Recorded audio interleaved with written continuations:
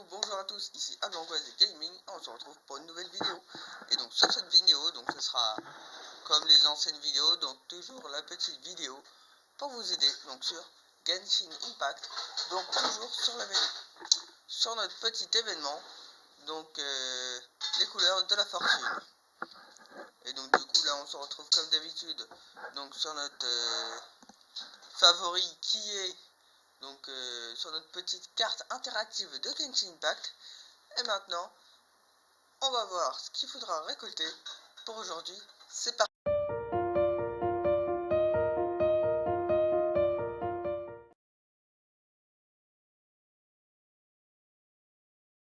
Et donc du coup voilà, là vous pouvez voir donc sur la carte interactive de Genshin Impact donc tout ce qu'il faudra récolter. Donc ce qu'il faudra récolter donc c'est les lys vernis, les herbes à lampe, les jades de Nautilus. Donc les jades de Nautilus, donc il faut les récupérer dans les grottes. Donc il faut avoir un personnage d'épée à deux mains.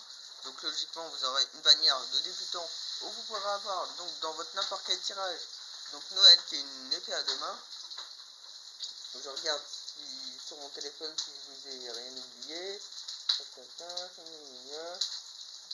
Vous avez aussi des conques d'étoiles. Donc je vais essayer de vous afficher. Voilà. Des conques d'étoiles.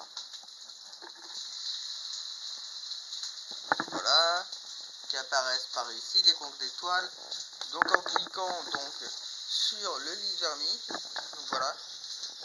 Moi j'ai cliqué sur le lys vernis, sur les muguets bleus, sur l'air de la lampe, le conque d'étoiles et la jade de Nautilus.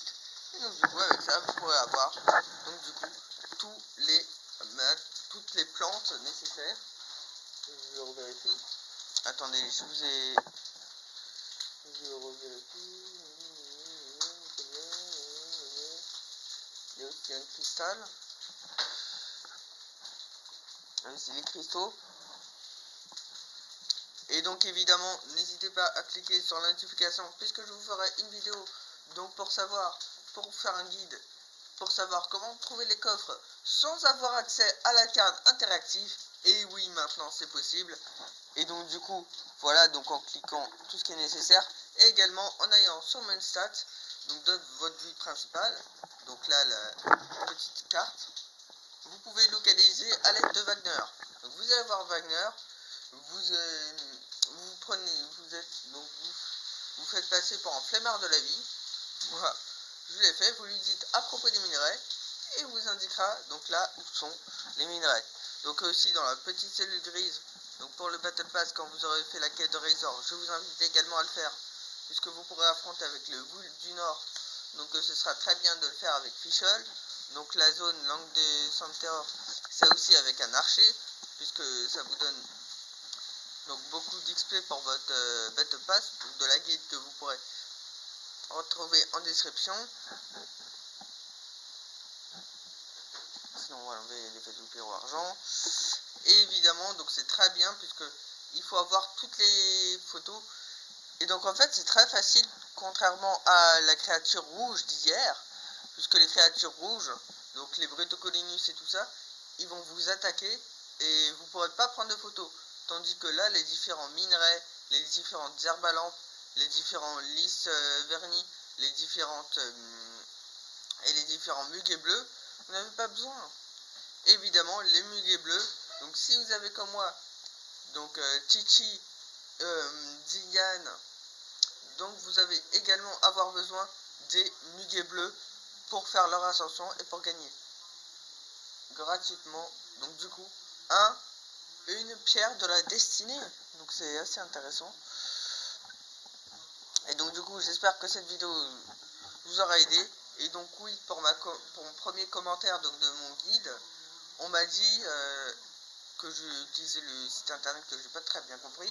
Mais si c'est le cas, évidemment que j'utilise les sites internet pour pouvoir vous expliquer au mieux donc comment vous en sortir de cet événement qui est assez compliqué puisque c'est des objets à récolter en bleu, c'est assez implicite, vous ne savez pas forcément ce qu'il y a, moi aussi je ne sais pas forcément quoi récolter, donc en fait, et donc du coup cette vidéo sera disponible sur Facebook et sur Twitter. Sur Twitter n'hésitez pas donc à retweeter, donc c'est-à-dire de reciter la publication et de liker pour augmenter la popularité de ce jeu.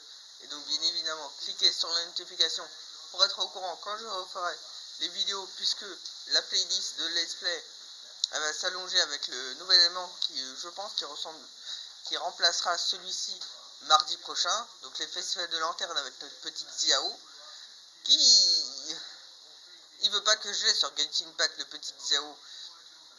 Donc je pense qu'à cette heure-ci, sur ma vidéo, donc la mise à jour 1.3, donc vous avez dû voir le démo de personnage, puisque Xiao en vrai c'est un personnage qui est hyper utile, contrairement aux autres personnages qui sont dans le jeu, puisque le voyageur et les autres personnages, c'est quand vous essayez de faire une attaque compliquée, sa jauge d'énergie diminue de 40 points, ou un petit peu plus. Tandis qu'avec Xiao, quand vous faites une attaque en piqué, ça diminue pas. Et également, quand vous êtes dans l'équipe de Xiao, donc Xiao vous permet de réduire l'endurance quand vous montez. Et en plus, Xiao est très apprécié de la communauté. En plus, moi je kiffe totalement, j'approuve totalement le style du personnage de lancier. Et en plus, moi dans mon équipe, ça me fera bien de voir deux lanciers. Donc j'ai Xiaoning, j'aurai bientôt Xiao. Donc Xiao ça dure jusqu'au 17, il sera remplacé par Keqing. Keqing, je crois que je ne veux pas trop l'invoquer, puisque en soi, Keqing, moi je vais la faire sur ma bannière permanente, donc en même temps que mon petit cher Diluc. Et donc j'espère que vous avez aimé cette vidéo. Si c'est le cas, n'hésitez pas à mettre un pouce bleu, n'hésitez pas à vous abonner à la chaîne et à cliquer sur la notification. Donc pour être au courant du prochain événement Festival des Lanternes, donc que je vous ferai. Et je vous dis à plus pour le prochain.